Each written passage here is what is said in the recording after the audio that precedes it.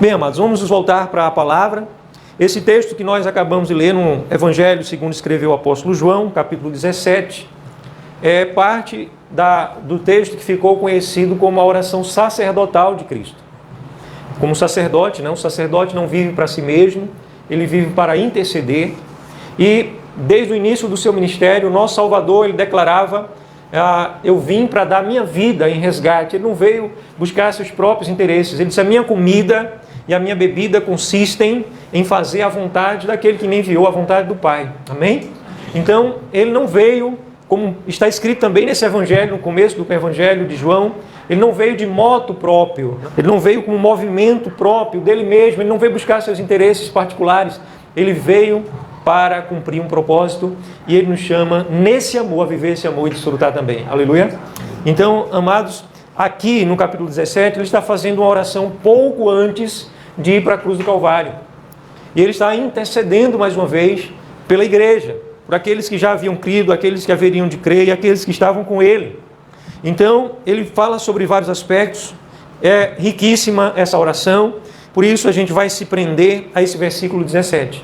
Mas esse versículo 17, ele está rogando ao Pai que os seus sejam santificados na verdade. Amém? Então, é parte da oração dele hoje, porque lá em Hebreus diz que ele está intercedendo por mim e você. E sabe que ele intercede nominalmente pela sua igreja. Aleluia?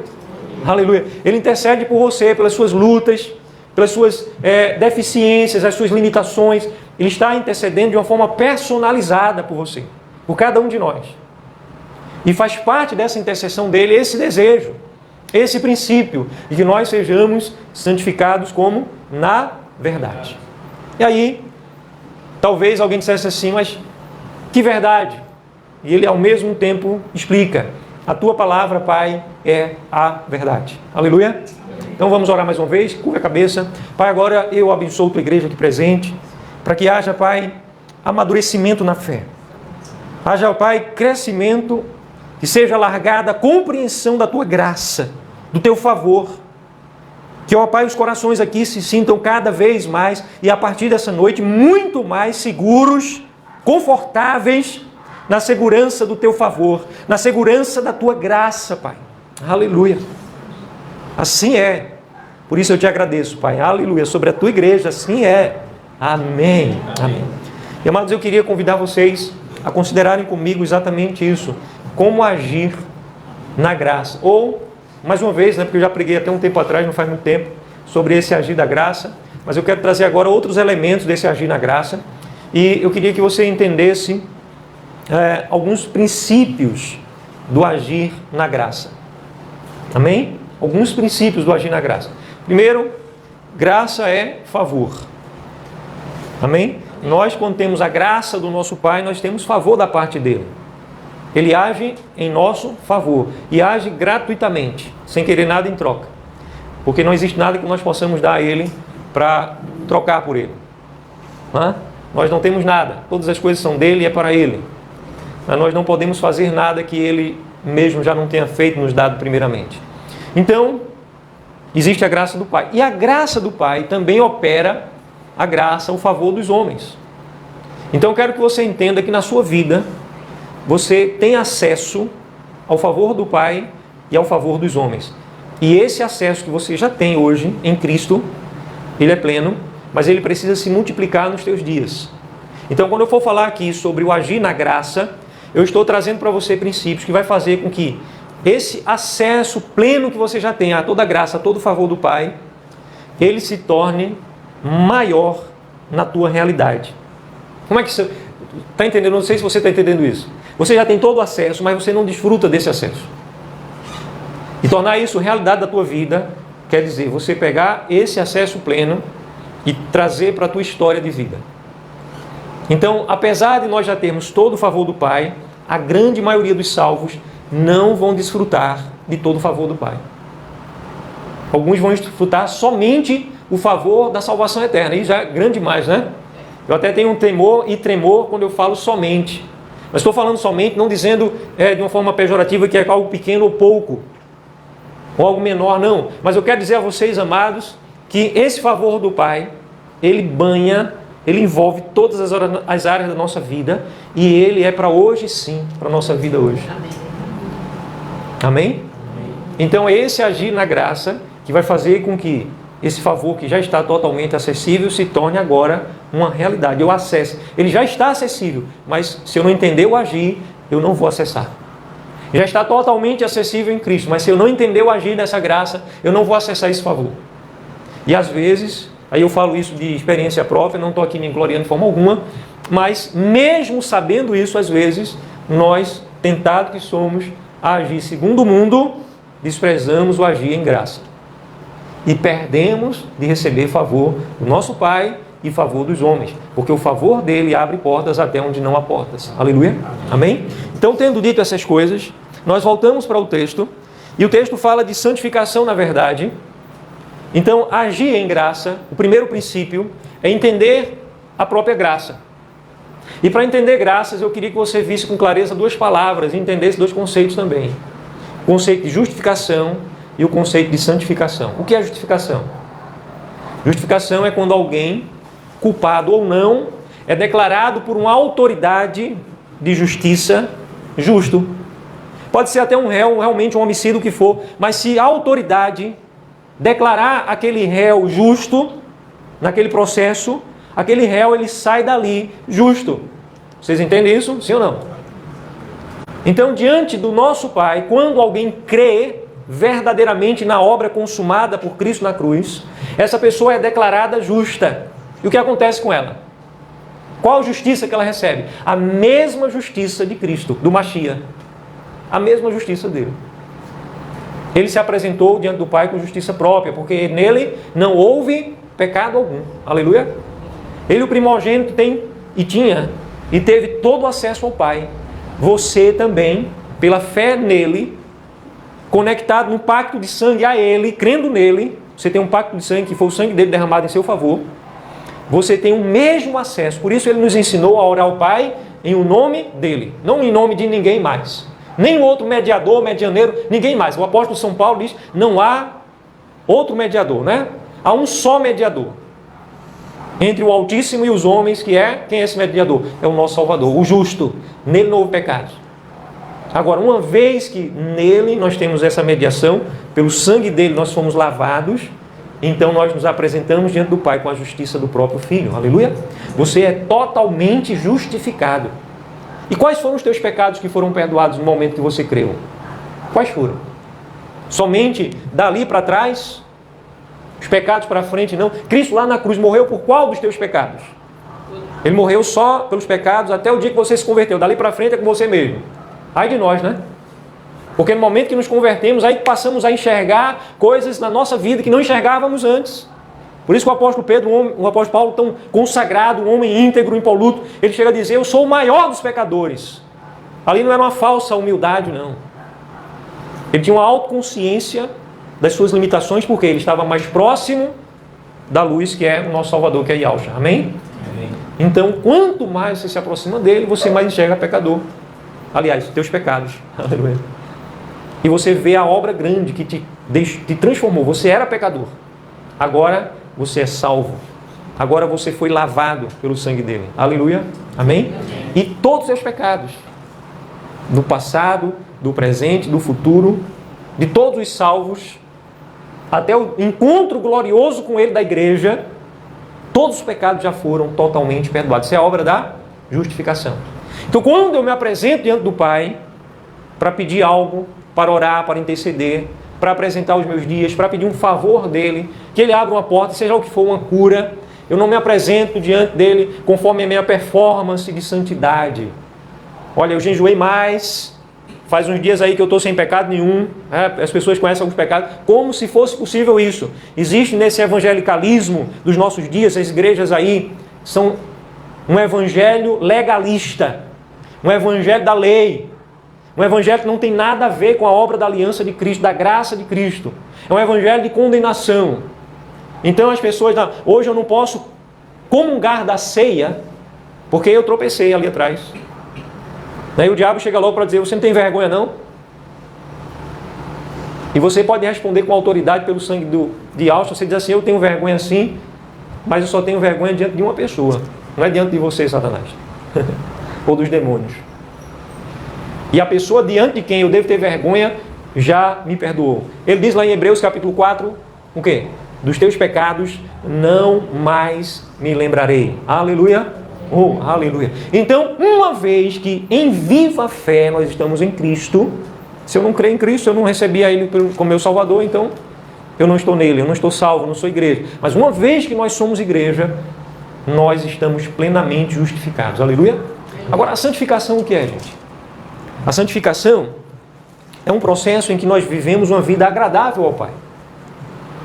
É um processo, santificação. Existe santidade, é um estado. Qual a minha santidade? A santidade de Marcos Cefas. No momento que creu, eu fui justificado. Qual a minha santidade? A de Cristo, a do Mashiach. A perfeição dele foi imputada a mim. Então eu tenho a mesma santidade. Já estava pronto para ser arrebatado, para ser glorificado, não tinha mais por que ficar aqui na terra. Agora eu estou aqui ainda, porque o que eu fizer, agradável ao Pai, eu estou juntando tesouros nos céus, estou juntando galardão no céu. Então, uma vez que alguém está salvo em Cristo, essa pessoa pode continuar vivendo em pecado? Pode. Eu tenho muita dificuldade de entender que alguém que tem o Espírito Santo vai viver deliberadamente em pecado, vai viver uma vida acomodada, moldada, moldeirada, não é como uma moldura de um pecado, não. Porque em você, na igreja, habita outro Espírito. Nós aborrecemos aquilo que aborrece ao nosso Pai. Aleluia? Amém? Mas vamos trazer aqui uma hipótese de que alguém vivesse acomodado ao pecado de tal forma que não mudasse absolutamente nada, mas se essa pessoa realmente crê na graça que é em Cristo, ela foi justificada e está salva. Amém? Não vou repetir, ficar para frente e para trás. Agora, se essa pessoa quer juntar algum tesouro no céu, ela precisa edificar suas atitudes, a ação, como agir na graça, né? Ela precisa agir construindo nos seus dias com ouro, prata e pedras preciosas. E não construindo com palha, feno e madeira. Por quê? Porque a obra de cada um que está em Cristo vai ser provada pelo fogo. E vai ser provada para quê? Para Marcos Cefas ser salvo ou não? Não. Vai ser provada para eu receber galardões, recompensas eternas. Então a santificação, diferente da justificação, nós somos justificados, temos total acesso. A santificação é acessar. Então imagine aqui uma prateleira, certo? Enorme, uma parede infinita na altura. Mas também aqui tem uma máquina, um elevador, que também me leva a qualquer altura aqui infinita. O nome desse elevador é a graça do sangue de Cristo, do Mashiach. E nessa prateleira tem toda a sorte de riquezas. Todas as riquezas. Então eu tenho acesso, eu tenho um elevador para acessar qualquer uma delas, que é o sangue, que é a obra que Cristo consumou por nós. E eu tenho aqui todos os tesouros. Mas eu posso passar a vida toda olhando, dizendo realmente é muita coisa que Ele fez, e me maravilhando na palavra, mas não viver essa palavra. Quando eu começo a pegar a palavra e crer, confessar, crer a palavra, eu estou acessando. E quando eu pego um dos tesouros, o Pai dá um sorriso de alegria. Viu? Está profetizado o quê? Que o riso dele é a nossa força. Amém? Aleluia? Onde está a nossa força? Quando ele se alegra, quando ele tem prazer. Então, deixa eu trazer aquele exemplo mais uma vez aqui. Imagine um pai que ama seus filhos e deseja que os seus filhos tirem boas notas na sua escola, escolinha, né? Crianças. Então, se esse pai for um bom pai, ele vai mostrar sempre amor, independente de tirar nota boa ou ruim. E o filho vai se sentir amado e confortável, independentemente de estar agindo de uma forma agradável ao pai ou não. Agora, esse filho vai saber que o pai dá limites. Esse filho vai saber que existem coisas que o pai vai ficar feliz e existem coisas que vão entristecer ao pai. Então, a santificação é quando eu pego esses tesouros e toda vez que eu pego um tesouro, eu estou fazendo algo que agrada ao meu Pai. Como é que eu pego esse tesouro? É o agir da palavra. O agir na graça é o agir na palavra. Vejam novamente o versículo 17. Leiam comigo, por favor, minha gente. Santifica-os na verdade, a tua palavra é a verdade. Então, é através da palavra. É a palavra que é a verdade. E essa palavra... Tem outro versículo lá em Hebreus capítulo 11, versículo 4. O que é que diz Hebreus 11, 4? De fato, sem fé É impossível agradarmos ao Altíssimo. Por quê? Porque é necessário que aquele que se aproxima dele primeiro creia que ele existe. Qual a segunda coisa? Creia que ele existe é justificado pela obra do Mashiach. E a segunda coisa? E que ele é o quê? Galardoador daqueles que o buscam. Então existe alta recompensa em você começar a pautar os teus pensamentos na palavra. A tua palavra é a verdade. Você pautar as tuas atitudes na palavra. Agora vejam só, igreja. Problemas, dificuldades, desafios vêm para todos os homens na terra. Todos os homens. Todo ser humano vai ter, uns mais do que outros, mas todos terão problemas, enfermidades, todos terão, todos. Momento de tristeza, momento de solidão, de se achar sozinho, sei lá o quê. Todos terão. Agora, você que conhece a verdade, você pode ter uma companhia inseparável. Jamais ele vai te deixar só. Companhia verdadeira. Você pode ter vitória para toda sorte de problema e desafio, porque a palavra dele tem direção para toda sorte de problemas e desafios que estejamos passando. E mais do que direção, nós temos favor da parte dele para toda a área da nossa vida, momento, circunstância, o que for que estejamos vivendo, nós temos também favor da parte dele. Mas isso requer de nós fé. E fé em quê? Fé na pessoa dele, daquilo que ele é, conheçamos a ele, e fé naquilo que ele disse, na palavra dele. Então é através da palavra que nós, quando cremos na palavra, nós vencemos. E quando vêm os problemas, você pode escolher esquecer a palavra, ou você pode escolher agir na altura da palavra. Você pode escolher ser indiferente à palavra, pirar como qualquer incrédulo, como qualquer ímpio, né? Você pode começar a agir como qualquer um agiria, até alguns até negar a fé. Mas você também, naquele momento, se você realmente está em Cristo, você pode escolher agir conforme a palavra. E você vai dizer para si mesmo, o que é que a palavra me instrui? O que é que o Espírito da palavra me instrui nesse momento? Como eu devo agir nesse momento? Você pode dobrar os seus joelhos e, inclusive, pedir a Ele que te ilumine, se você não tiver uma direção. Que Ele mostre na palavra. E à medida que você colocar pressão nisso, sabe? Porque às vezes a gente faz aquele pedido assim da incredulidade. Aquele pedido do tanto faz. Se der, se colar, colou. Se der, deu. E a gente está passando às vezes por coisas graves, mas a gente faz aquele pedido religioso. Pai, olha, estou passando por isso. Mas quando você coloca o teu coração, eu digo colocar pressão nesse sentido, você realmente se derrama na presença dele, o que isso significa? Que você realmente está crendo. Aleluia. E sem fé é impossível agradarmos a ele. Então esse agradar é no sentido da santificação. Não é no sentido de mérito para a gente receber bênção. Porque eu tenho que me derramar de tal maneira para eu merecer. Não, não é merecer. A palavra não é merecer. A palavra é eu estar realmente vivendo uma fé tal que é agradável, que ele tem prazer naquela fé. Aleluia. Não é questão de mérito. Jamais será questão de mérito. Mas uma atitude que ele espera de confiança nele. Então, o que é que impede o agir da graça, do favor dele? A nossa incredulidade.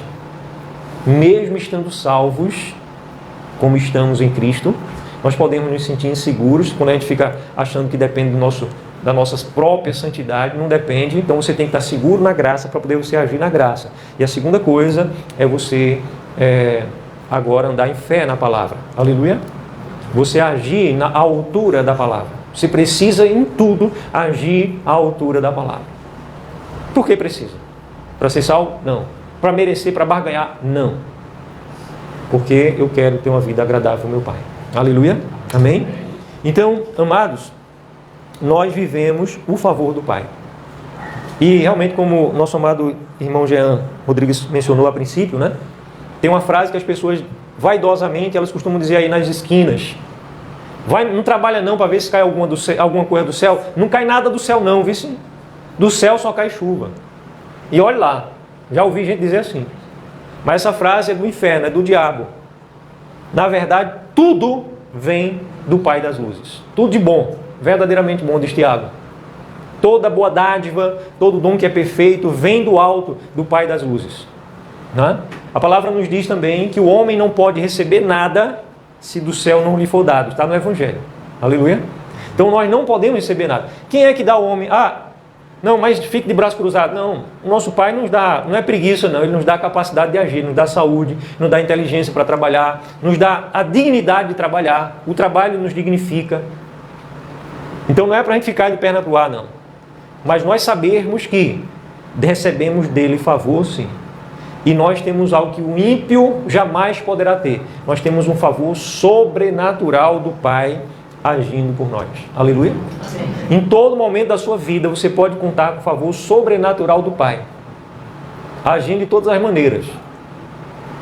Até sobre algo que Ele coloca a responsabilidade do homem. Por exemplo, algumas pessoas, elas às vezes não querem orar. Estou falando mais rápido do que eu posso falar.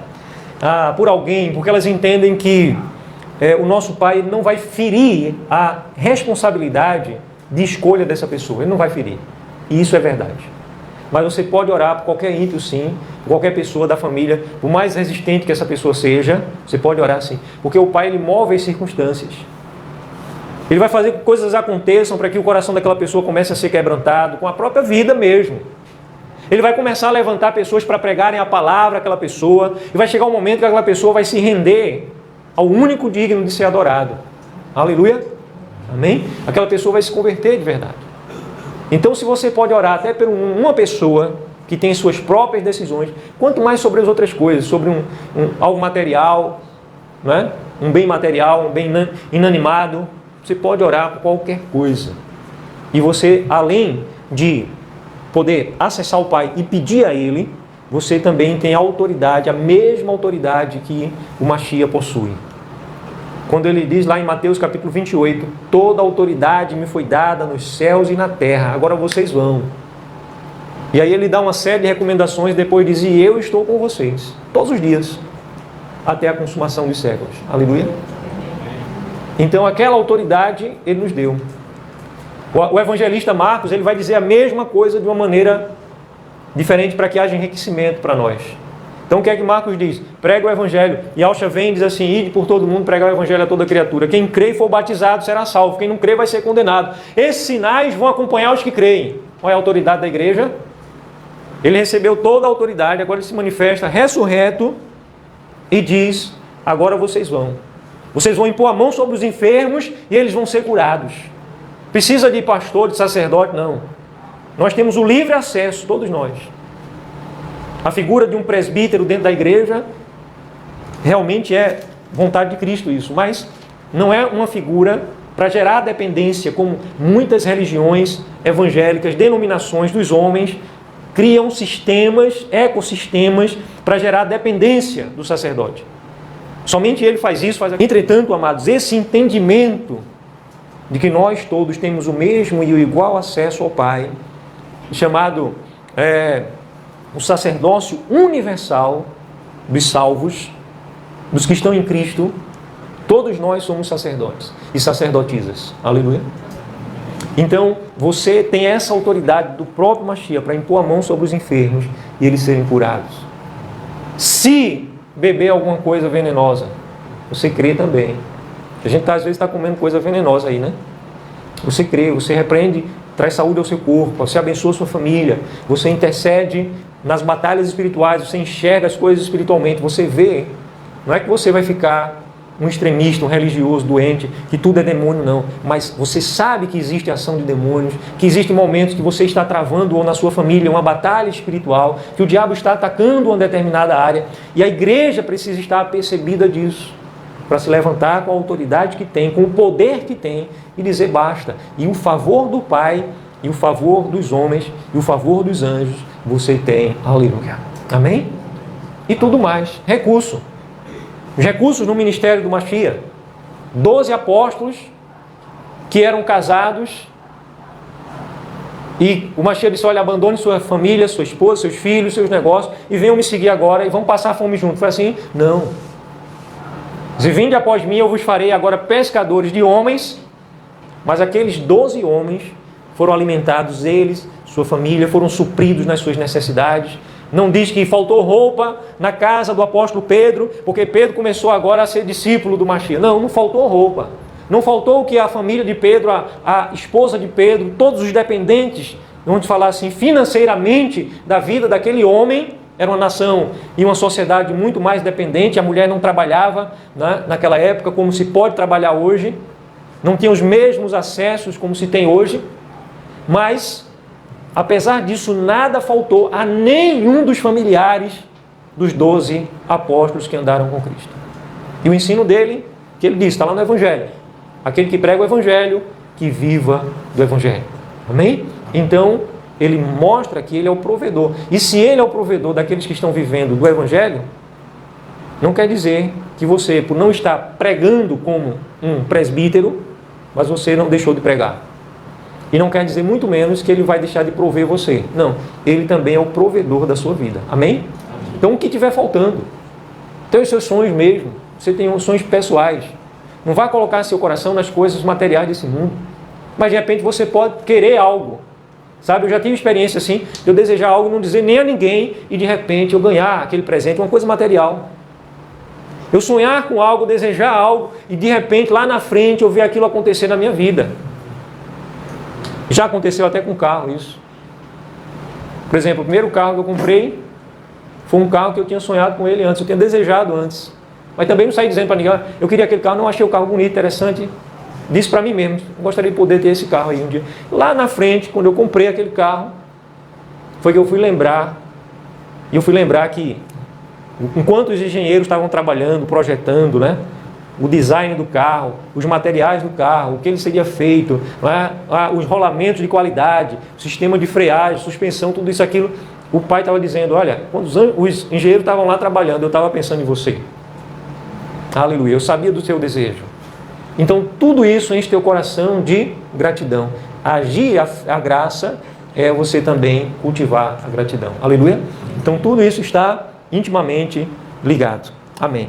Que o nosso bendito e eterno Pai, através do seu Espírito, continue ministrando ao coração da igreja, que a igreja esteja crescendo nesse agir, né? Que nós possamos estar dirigindo a nossa vida. Nós somos o profeta da nossa história. Você é a profetisa da sua história. Então, tenha o seu lugar de intimidade, de comunhão, de desfrute na presença do Pai. E tenha também esse lugar de exercer tua autoridade sobre a história, de dizer esse mal vai acabar, isso cessa. Mas cedo ou mais tarde, quando você menos esperar, aquilo ali acabou. Tem enfermidade que a gente simplesmente ordena e ela desaparece. O problema não está na palavra, não está nele, no desejo dele de fazer, não. Mas por causa da nossa limitação, às vezes, nós temos de esperar um pouquinho. Lá na frente, se você realmente crer, mais cedo ou mais tarde, você vai ver aquilo ali acontecer. Cada semente tem um tempo de frutificar. Um tempo é da semente de milho. Quanto tempo ela germina e frutifica? Um tempo é de uma semente de tâmara. Não é assim? Cada semente tem o seu tempo. Dependendo da tua oração, daquilo que você está buscando, da vitória, da reversão de um problema que se agravou porque você talvez estava distraído, você permitiu, o problema se agravou muito, mas não começa a descrer porque o problema está muito grande, não. Não começa a descrer porque um homem lá na sua ciência disse, esse mal é incurável. Não. Continue crendo naquele que é a última palavra. Nem só de pão viverá o homem, mas de toda palavra que sai da boca de Yahweh. E aqui está dizendo, santifica-os na verdade a tua palavra. Então nós vivemos da palavra, a palavra que sai da boca dele, que está a palavra escrita, revelada, o espírito da palavra está aqui, aleluia. E nós devemos pegar essa palavra, conhecendo essa palavra, aplicar na nossa vida.